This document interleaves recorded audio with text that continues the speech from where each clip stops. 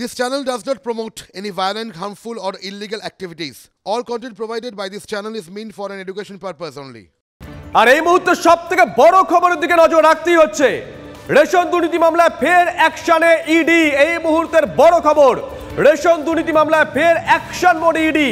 বাগুইয়াটি থেকে নিউ আলিপুর, সল্টলেক শহরের ছটা জায়গায় তল্লাশি ইডির।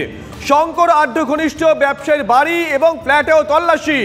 এই মুহূর্তের বড় খবর। আমাদের সঙ্গে এই মুহূর্তে রয়েছেন দুজন সহকর্মী সিজার এবং রঞ্জিত। প্রথমে একটু সিজারের কাছে যাই। সিজার, কি জানা যাচ্ছে? দেখো, এখন পর্যন্ত যেটা জানা যাচ্ছে, রেশন দুর্নীতি নিয়ে ফের কিন্তু অ্যাকশন মোডে, যেটা তুমি বললে ঠিকই, সকাল থেকেই কিন্তু শহরের 6টা জায়গায়, একদিকে নিউ আলিপুর, সল্টলেকের সেক্টর 5, সল্টলেক সেক্টর 3 থেকে শুরু করে বাগুইয়াটি এবং পার্ক স্ট্রিট এলাকা, সব মিলিয়ে 6 জায়গায় তল্লাশি চালাচ্ছে এনফোর্সমেন্ট ডিরেক্টরেট রেশন দুর্নীতি মামলা। এই মুহূর্তে আমি দাঁড়িয়ে রয়েছি বিশ্বজিৎ দাস নামে শঙ্কর আড্ড ঘনিষ্ঠ এক ব্যবসায়ীর বাড়ির সামনে।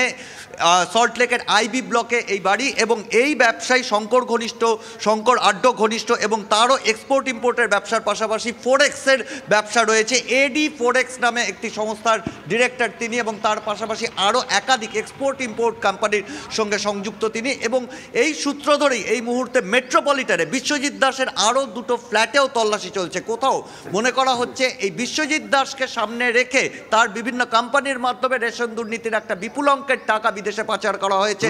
আজকে সকালবেলায় 7:30টার মধ্যেই কিন্তু ইডি আধিকারিকরা এই বাড়িতে এসে পৌঁছন, এবং ইডি আধিকারিকরা এখানে এসে পৌঁছানোর পর তারা যেমন বাড়িতে তল্লাশি চালাচ্ছেন, সেখানে বিশ্বজিৎ দাস নেই। তার পাশাপাশি এই যে গাড়িটা রয়েছে, এই গাড়িটা কিন্তু এই এডি ফোরেক্স প্রাইভেট লিমিটেডের নামেই নথিভুক্ত, অর্থাৎ বিশ্বজিৎ দাসের যে সংস্থা, সেই সংস্থার নামে নথিভুক্ত। সেই গাড়িতে তল্লাশি চালান।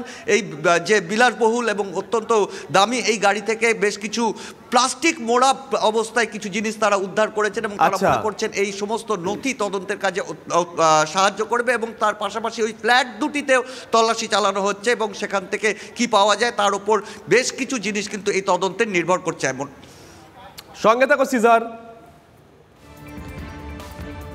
এই মুহূর্তে আপনাদেরকে জানিয়ে রাখি আরো একটা বিষয়, রেশন দুর্নীতিতেও আমরা যেমনটা জানতে পারছি জীবন কৃষ্ণর ছায়া। ইডি আধিকারিকরা ঢুকতেই 7তলা থেকে মোবাইল ছুড়লেন ব্যবসায়ী। শুভজিৎ, আমাদের মনে আছে সেই যে জীবন কৃষ্ণ সাহা, তিনি তার মোবাইল ফোন তদন্তকারী সংস্থা থেকে লুকোনোর জন্য পুকুরে ফেলে দিয়েছিলেন, এবং প্রায় 2 দিন ধরে সেই মোবাইল খোঁজা হয়।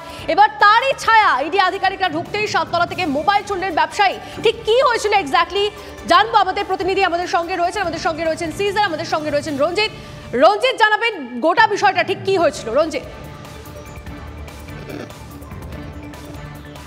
দেখো, সকালবেলায় রেশন দুর্নীতি মামলায় একজনে কিন্তু ইডি সামনে তল্লাশি, এবং সেই মতো বিভিন্ন জায়গায় শহরের বিভিন্ন প্রান্তে কিন্তু ইডি তদন্তকারী আধিকারিকরা যখন একজনের তল্লাশি চালায়, সেই মতো বাগুইয়ার অর্থাৎ ওইখানকার যে অভিজাত আবাসন, সেই অভিজাত আবাসনের ব্যবসায়ী বাড়িতে, অর্থাৎ যখন ইডি 8জন ইডি তদন্তকারী যখন প্রবেশ করতে যায়, সেই সময় হানিফ কেজরিওয়াল অর্থাৎ 7তলার বাড়ি থেকে কিন্তু ব্যবসায়ী কিন্তু 2টি মোবাইল ছুড়ে ফেলে, এবং পাশের সেই বিল্ডিং এ গিয়ে সেই 2টি মোবাইল পড়ে গিয়ে, এবং মোবাইলের ব্যাক কভারে কিন্তু 500 টাকা ছিল। 2টি মোবাইলই কিন্তু বাজেয়াপ্ত করেছে ইডি তদন্তকারী আধিকারিকরা। এই মুহূর্তে সেই মোবাইলে কিন্তু খতিয়ে দেখা হচ্ছে বিভিন্ন রকম, অর্থাৎ আর্থিক লেনদেন বিষয় সংক্রান্ত কিন্তু বিভিন্ন লেনদেন যে হয়েছে, সেই লেনদেনের কোনো তথ্য সেই মোবাইলে রয়েছে কিনা, সেই সমস্ত বিষয় যেমন দেখা হচ্ছে। পাশাপাশি যে ইডি তদন্তকারী আধিকারিকরা, অর্থাৎ 8জন ইডি তদন্তকারী আধিকারিকদের সঙ্গে কেন্দ্রীয় বাহিনী রয়েছে, এবং নির্দিষ্ট ঘেরাটোপে রয়েছে এই অভিজাত আবাসনের। বেশ, সঙ্গে থাকো রঞ্জিত, আসবো তোমার কাছে। সিজার আমাদের সঙ্গে রয়েছেন, আমাদের অপর সহকর্মী। সিজার,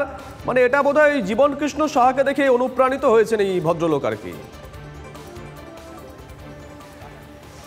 বলাই যায়। ঠিক যেভাবে আজকে যখন 7তলায় ইডি আধিকারিকরা নক করছেন ফ্ল্যাটের দরজায়, অর্থাৎ ওই তসরিওয়াল বলে ব্যবসায়ীর বাড়িতে যখন নক করছেন, ঠিক সেই সময়তেই এই ঘটনা ঘটে।